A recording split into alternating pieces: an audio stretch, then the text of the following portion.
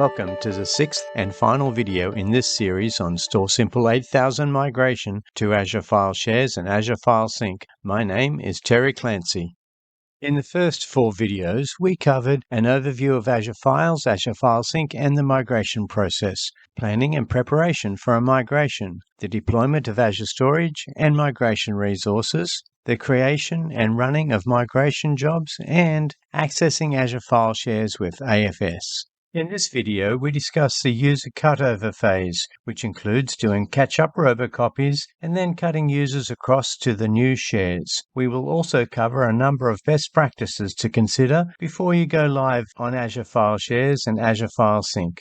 This video covers cutover both for customers using Azure File Shares directly or others who optionally choose to use Azure File Sync or AFS, which caches recently used files on-prem for faster access and also allows for simplified networking. As necessary, I will address each of these options. As discussed in previous videos, the Azure Files team recently released an update to the StorSimple Data Manager, so it now supports migration of data from StorSimple to Azure File Shares and Azure File Sync. If you are using Azure File Sync or AFS, then for this video, we will assume that steps 1 to 5 have been completed and that you have confirmed that the AFS initial sync has completed, as described in the previous video. It is important that you have confirmed that the initial sync has been completed before continuing, or else errors will result. In this video, we will focus on step 6, shown here as the Robocopy step, which also includes user cutover. If, on the other hand, you are directly connecting to Azure File Shares, we will assume that steps 1 to 4 have been completed because step 5 is not relevant in your case. In this case, also note that the catch-up Robocopy step will go directly to the Azure File Share as shown because you will not have an AFS server in the picture.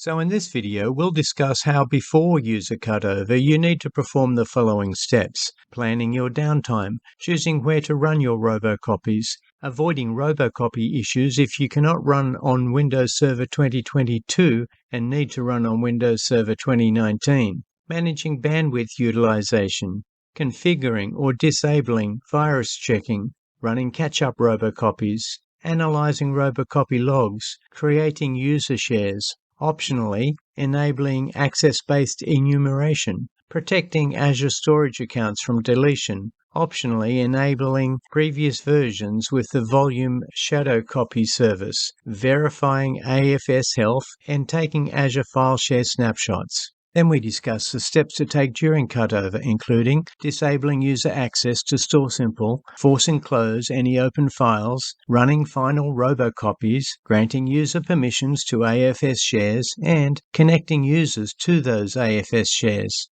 And then finally, we look at the steps to take after cutover, including confirming correct AFS operation and decommissioning of StorSimple.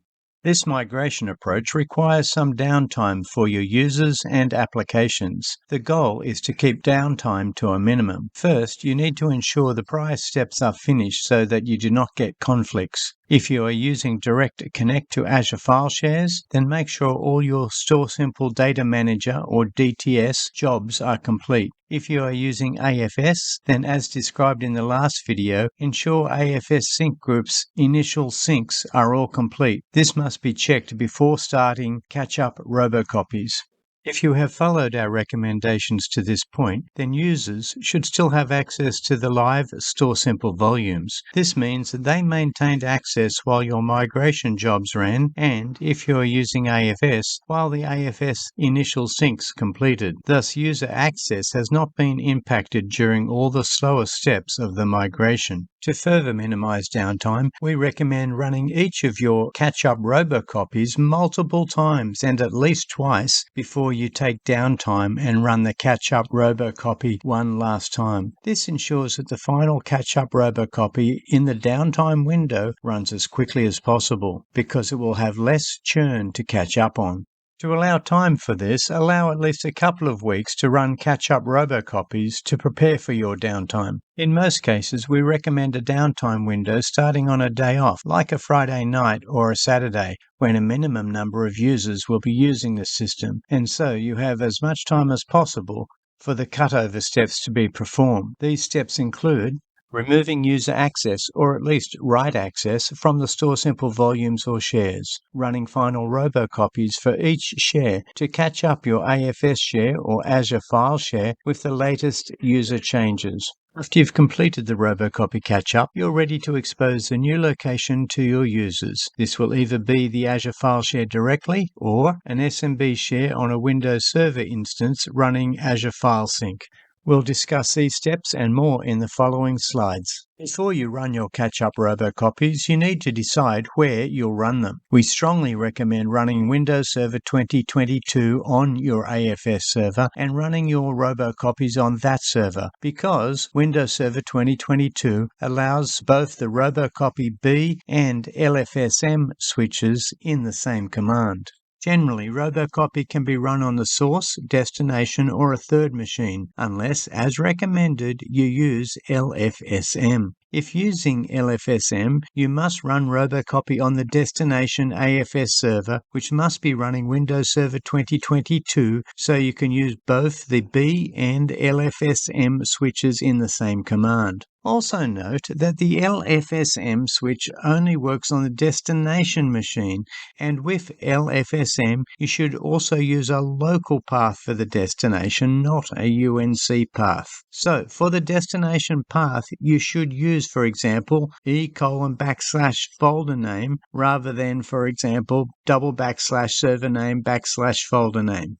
If you're not familiar with the Robocopy B and LFSM switches, the B switch runs Robocopy in the same mode that a backup application would use. This switch allows Robocopy to move files that the current user doesn't have permissions for. The LFSM switch enables low free space mode, which means that Robocopy will pause whenever the file copy would cause the destination volume's free space to go below a floor value. This value can be specified by the LFSM:(N) form of the flag. If LFSM is specified with no explicit floor value, the floor value is set to 10% of the destination volume's size by default. The currently available version of Robocopy on Windows Server 2022 has a bug that causes the LFSM pauses to count against the per-file error count.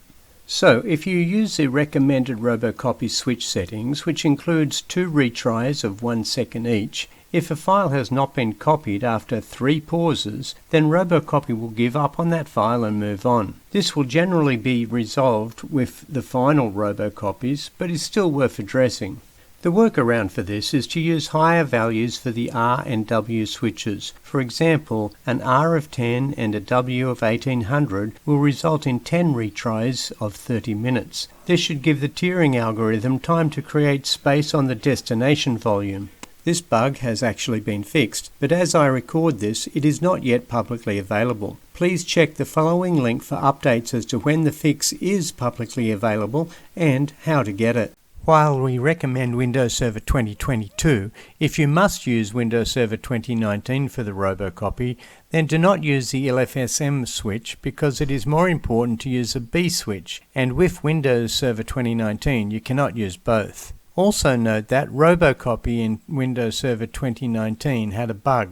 This bug relates to the fact that the StorSimple Data Manager migration tool alters the change time on files being copied. Robocopy sees that change time as a change and incorrectly tries to copy all files, seeing them all as having been changed. This bug does not typically occur if the seeding copy and then subsequent copies are all done by Robocopy. To avoid this bug, please ensure that the latest patches are applied. We recommend using the cumulative update from the link on this slide or later. In any case, on Windows Server 2019, you need to ensure that robocopy.exe has the version number shown on the slide or later. The second thing to watch out for if you must use Windows Server 2019 or earlier is to try and avoid filling up the destination volume. If there has been a lot of user activity or churn since the newest backup migrated by StorSimple Data Manager Migration Tools, or DTS, and if that churn is large relative to the size of your AFS caching volume, then there is a risk that the catch-up Robocopy might fill up that volume before the tiering algorithm clears more space for it to use.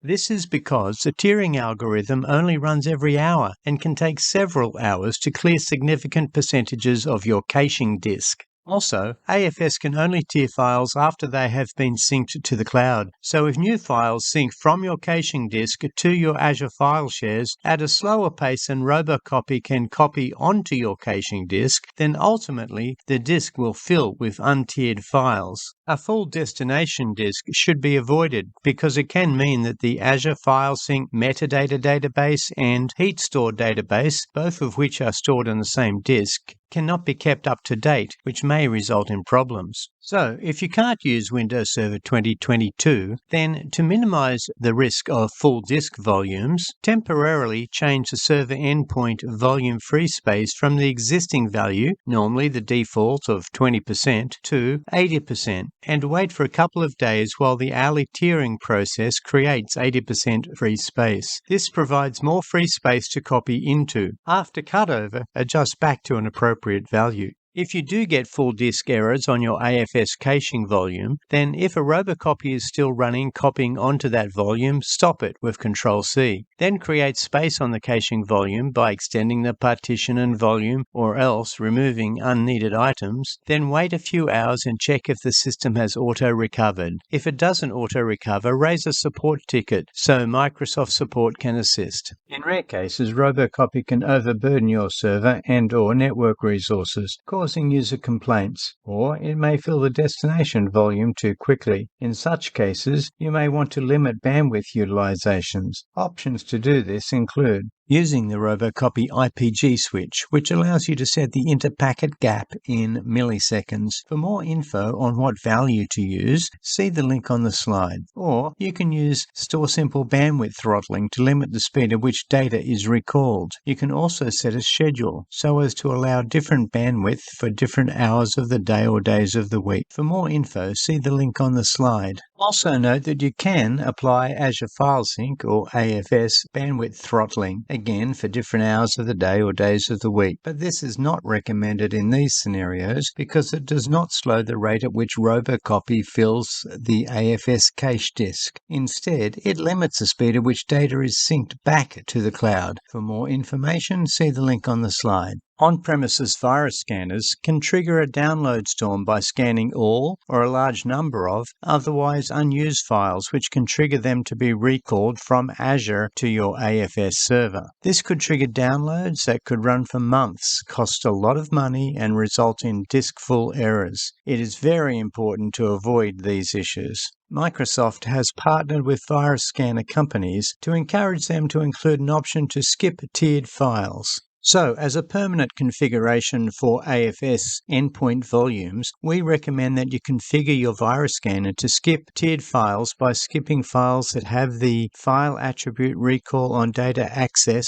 attribute set. Skipping the scanning of tiered files will prevent the virus scanner from triggering recall. Scanning locally cached files is okay because they're already local. In addition to this, during the migration and cutover, we recommend that you disable all virus scanning of AFS server endpoint volumes. This can be done by adding the volume to the virus scanner's exclude list. Note that all of the above settings should be applied to the entirety of any volume containing a server endpoint, not just the server endpoint folder. This is because AFS stages changes in the system volume information folder, and it needs to be included in the above measures. This brings us to the running of the catch-up Robocopies to apply any changes that have been made since the migration began. Refer to the link on the slide for the latest template for the final catch-up Robocopy command with recommended parameters as also shown on this slide. If using AFS, then as previously mentioned, in addition to the above, we recommend that your AFS server runs Windows Server 2022, and if it does, that you run Robocopy on that machine and use the LFSM switch. In that case, the destination path should be a local reference, starting with a drive letter, not a UNC path. If, on the other hand, you are using Direct Connect to your Azure File Share, then do not use LFSM, and the destination path will be of the form /storage account .file.core.windows.net/fileshare. Let's look at each of these Robocopy parameters and exactly what they mean. The MT:(N) switch allows Robocopy to run in a multi-threaded mode. The default for N is 8 and the maximum for N is 128. Start with a high thread count for an initial run. A high thread count helps saturate available bandwidth. Note that you cannot use this switch when using the LFSM switch.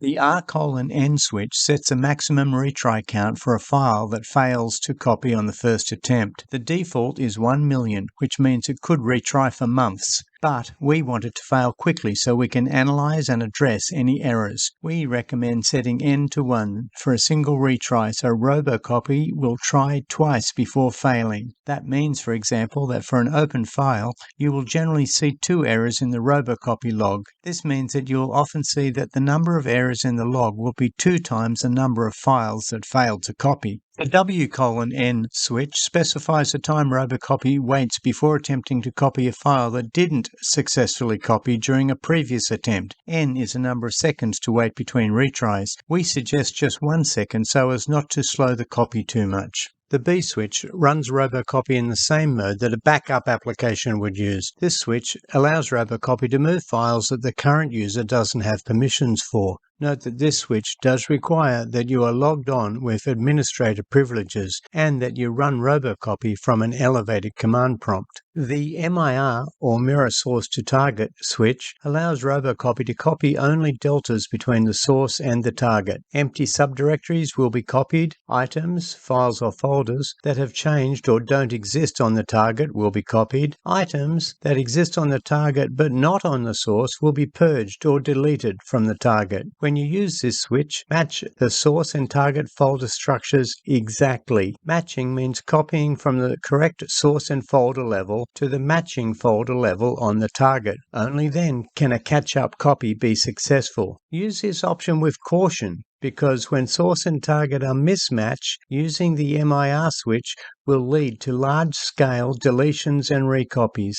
The IT, or Include Tweaked Files switch, ensures that tweaked files are copied. A tweaked file is a file where only attributes are different between source and destination. An example of an attribute change is an ACL, or Access Control List change, which is important to catch to ensure that permissions changes are accurately reflected. The copy switch controls the fidelity of the file copy. The default is copy:(DAT, which copies data, attributes, and timestamps, but we recommend copy:(DATSO, which adds security or NTFS ACLs or access control lists and owner information. Note that you cannot use the U option, which turns on the copying of auditing information because that information cannot be stored in an Azure File Share. The decopy switch controls the fidelity for the copy of directories. The default is decopy:(DA, which copies data and attributes. We recommend decopy:(DAT, which adds timestamps. To improve performance, we recommend that you use the NP switch, which specifies that the progress of the copy for each file and folder won't be displayed, the NFL switch, which specifies that the file names aren't logged, and the NDL switch, which specifies that directory names aren't logged. In some cases, you may want to exclude these flags for debugging. The Unilog switch specifies a log file name to write the output to as Unicode. This will overwrite the file if it already exists. The L switch runs Robocopy as normal but without actually copying or touching any files. This is used for testing because you can generate and review the log file without risk of damage. You should always use this on a new command before running it for real. This switch is often used with the TEE switch for console output. Flags from the sample script like NP, NFL, and NDL might need to be removed to achieve properly documented test results. The LFSM, or Low Free Space Mode switch, is recommended if running Windows Server 2022 on your AFS server, because only that operating system supports running it with the B switch. It was added specifically for use with AFS, but can be used more generally when your targets use tiered storage that might run out of local capacity before the Robocopy finishes. It causes Robocopy to pause whenever a file copy would cause the destination volume's free space to go below a floor value. This value can be specified by the LFSM:(N) form of the flag. If LFSM is specified with no explicit floor value, the floor is set to 10% of the destination volume size by default. I am including this slide for reference. I created the table to help me understand the different scenarios and how Robocopy behaves in each case. I won't go through it in detail, but it may be helpful as a reference for you. Using Robocopy with the MIR or mirror switch can be very destructive because files that exist in the destination but do not exist in the same relative location on the source are deleted from the destination. So, an incorrect path can result in all files at the destination being deleted. So, to avoid this, we recommend the following precautions. On the machine that you will run Robocopy on, start 2 Windows File Explorer instances and arrange them side by side. From your planned Robocopy statement, copy the source to the left-hand File Explorer instance and the destination to the right-hand File Explorer instance. Visually, check that the folder structure on the left matches a folder structure on the right. The only difference should be changes since the migration began. Also, for each Robocopy command, first run it with the L switch, which means list only. That is, don't copy, timestamp, or delete any files. Also, add the TEE switch and remove the NFL and NDL flags. Then let it run for a few minutes, then Control-C to cancel, and sanity check the log file or console output to check that it is as expected. At this point, you should be ready to run your Robocopies.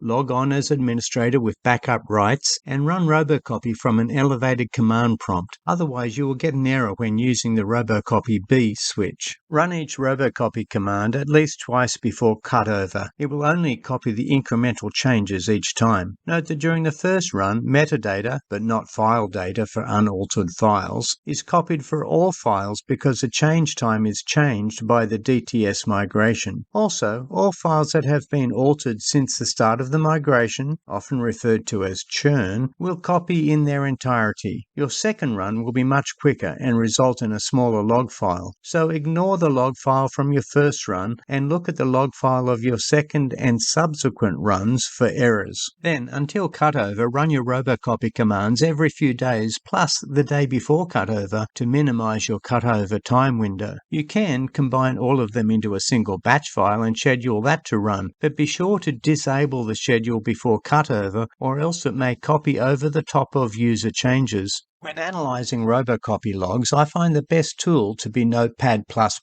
because of its Find All in Current Document feature. That allows you to produce a list of just those lines containing the string error, or say error 5, for example. This makes it much easier to see a summary of errors and to compare and count them. The error codes in the Robocopy log are Win32 error codes, and in many cases you can look them up using the URL on this page. Some common codes when doing catch-up Robocopies include Error 0. Error 0 is a Robocopy bug because there is in fact an error, but it's just losing the error code. In our experience when doing catch-up Robocopies, the most common cause for this error is that Robocopy fails to copy a file because the file is currently open by a user. These errors can be ignored except in the final Robocopy during downtime, because you can rely on that final Robocopy during downtime to copy any such files, because at that time users should not have more than read access, and you should check for and force closed any open files. So this should not occur during your final Robocopy during the downtime cutover. Error 5, access denied. To avoid this, first confirm that you are logged on as an administrator with backup rights, and that you are running Robocopy from an elevated command prompt, and that you are using the B Robocopy switch. If you comply with the above conditions and still get the error, you may find that the source file is encrypted, often with Rights Management Services or RMS, in which case you will need the user who encrypted the file to either remove the encryption or move the file manually themselves. Robocopy.exe return codes, not to be confused with log file per error codes discussed on the previous slide, are a bitmap defined as shown in this slide. An exit code of 0 to 7 is success. Any value greater than or equal to 8 indicates that there was at least one failure during the copy operation. Because Robocopy.exe return codes are a bitmap, they can be combined, giving a few extra codes which you can use when calling Robocopy from a batch file to control flow or report on anomalies as shown in the example on the right of this page. For more examples, follow the link. Although the migration will faithfully move file and folder permissions, it does not migrate shares or related permissions. So, if you have not already done so, create the user SMB shares that your end users will use. But do not grant users share-level access to these shares at this time. Note that you can share the root of the AFS server endpoint or descendant folders. This means that a single sync group can contain many user shares as shown on the right of this diagram. If you have hundreds or thousands of shares on your StorSimple server, the job of recreating those shares and assigning the same permissions as existed on the StorSimple server can be long and tedious. If you wish to automate this, we suggest that you use the two PowerShell functions detailed in the wiki at the URL on this slide. Access-based enumeration means that users do not see folders unless they contain files they have permissions to see. If you wish to implement this, follow the instructions on this slide for the AFS Windows server, and if you use DFSN, you will need to also perform the instructions on the bottom half of this slide. Protecting your data is vital. The deletion of a storage account is an irreversible action in Azure, so we suggest you configure an Azure Resource Manager lock on the storage account to protect the account from deletion or configuration changes. There are two types of locks available: cannot delete and read-only. The owner and user administrator can use the cannot delete resource lock on the storage account or on the containing resource group or subscription. When you apply a lock at a parent scope, all resources within that scope inherit the same lock. Even resources you add later inherit the lock from the parent. So a cannot delete resource lock on the containing resource group is usually the best approach. Another good precaution is to enable Azure File Share Soft Delete for the related storage accounts and to set the soft delete period to say 60 days, for example, so you have a couple of months to notice and recover any accidentally deleted Azure file shares. And of course, you should use Azure Backup to define a retention schedule and apply it to all your Azure file shares. This will schedule Azure File Share Snapshots to save their state periodically. And although not normally recommended because 3 copies of each Azure file share are already kept, you can optionally keep a replica Azure file share in a different Azure data center but in the same region if you want to avoid egress charges. Since storage account replication is not supported for file shares, this requires that you run Robocopy on a scheduled basis in a VM in Azure to copy between the Azure file shares. The Volume Shadow Copy Service, or VSS, coordinates the actions between the backup, the line of business applications that are being backed up, and the storage management hardware and software to create a consistent shadow copy or snapshot of the data that is to be backed up, even if those files are large and in use. Previous Versions is a Windows feature that allows you to utilize server-side VSS snapshots of a volume to present restorable versions of a file to an SMB client. This enables a powerful scenario, commonly referred to as self-service restore, directly to information workers instead of depending on the restore from an IT administrator. VSS snapshots and previous versions work independently of Azure File Sync. However, if you want to use them together, cloud tiering must be set to a compatible mode. For more information on this and for other information, please see the link on this slide. If you do use VSS and previous versions with AFS, it is recommended that you configure VSS to use a separate dedicated volume to store VSS snapshots. This will help avoid full disk errors when there are a lot of changes and additions in the few hours before the VSS snapshot. These changes will use up volume free space until the AFS hourly tiering process can slowly reclaim it. Now, VSS snapshots will also include all those changes, and if they are held on the same volume, it will double the consumption of the volume free space until it is reclaimed, thus doubling the risk of volume full errors. Also note that the VSS snapshot is capturing changes to all the data in the Azure file share, which is usually 5 to 10 times bigger than the caching volume, so it may require significant storage. And you may need to have the flexibility to vary the size of that volume as churn or the size of the Azure file share grows over time. This is another reason we suggest it be on a separate volume, so you can more simply change the size of that volume over time. This can be further simplified by using a VM for your AFS server. Another good precaution before you start Cutover is to check the health of your sync groups. Within each sync group, you can drill down into its individual server endpoints to see the status of the last completed sync sessions. A green check mark in the health column and a files not syncing value of 0 indicates that the sync is working as expected. If not, see the link on the slide.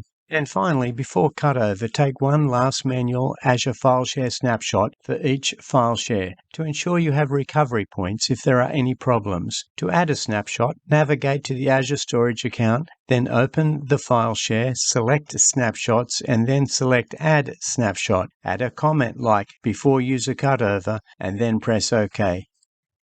It is very important that users can no longer change any files during the cutover process. There are several ways to achieve this, including changing the share level permissions for all users to read-only. This is generally what we recommend. In this way, users can still access the files they need, but cannot open or change any files. Be careful to modify the share level permissions, not the folder permissions. Do this using the Windows File Explorer sharing tab on the properties of the folder shared, not the Security tab, which impacts the folder and potentially all descendant files and folders. Alternatively, you can remove all user permissions to the share. Again, be careful to modify the share level permissions, not the folder permissions. Or you can remove the share altogether. However, this is usually not recommended because it is usually required for the cutover Robocopy. To avoid any Robocopy open file errors in your final Robocopy, force close any open files using the computer management tool, as shown here. At this time, you should have run all your Robocopies at least twice, and most recently within the last 48 hours. Now you should go ahead and run all your Robocopies one last time to catch any recent changes. Then review the logs as previously discussed and address any errors if necessary. When your final Robocopies are complete, once again take Azure File Share Snapshots. This protects you in the event that a user accidentally deletes a file and blames a migration. You can always go back to this snapshot to see the state of the data after the migration and before users have access. Also, set an annual reminder to delete manual snapshots after they have expired. This includes the ones created by the migration. Azure Backup only deletes snapshots triggered by Azure Backup. Snapshots that are created manually or by DTS need to be deleted manually after they expire or are older than you need to keep. If you fail to do this, then you will pay more than you need to keep old, expired data. Now you are ready to grant users permissions and access to the AFS shares. Typically, you'll want to ensure that users exist in Active Directory or AD groups, and then grant the appropriate AD groups share level permissions to each share. Note that file and folder permissions come across with the migration, so do not change file or folder permissions. You only need to apply share level permissions at this time. To reconnect users from StorSimple shares to AFS shares, first choose what Universal Naming Convention or UNC name to publish for your AFS shares. A UNC name has a form of // server name / Share path. There are two approaches in order of preference. The preferred approach is to use an indirect UNC name using Distributed File System Namespaces, or DFSN. This will map a virtual UNC name to the actual UNC name and allow for advanced features such as being connected to your closest AFS server and failover to a backup AFS server. If you are already using DFSN, then you just need to update the mapping on your DFS server and you are done. You do not need to take any further actions described on this slide. The less preferred approach is to use an absolute UNC name. In this case, users use the actual UNC name of the AFS server, and you will need to update any and every place the old UNC name was used and replace it with the new UNC name. Next, update user connections that use that UNC. If you are using an absolute UNC name, you will need to update user connections to the old share. The most common approaches in order of priority are: first, the preferred approach is to use Windows Server Group Policy to push down drive mappings or network UNC connections to users. The less preferred approach is to use logon scripts to establish drive mappings or UNC network connections. Even less preferred is for users to manually set up connections. However, this may be appropriate for a very small number of skilled users. After these steps are finished, user cutover is complete. After cutover, you should confirm correct AFS operation by connecting to a share with user credentials in the same way a user would. Then create a file and use the Azure portal to open the Azure file share to view its contents and check that it is replicated and appears quickly.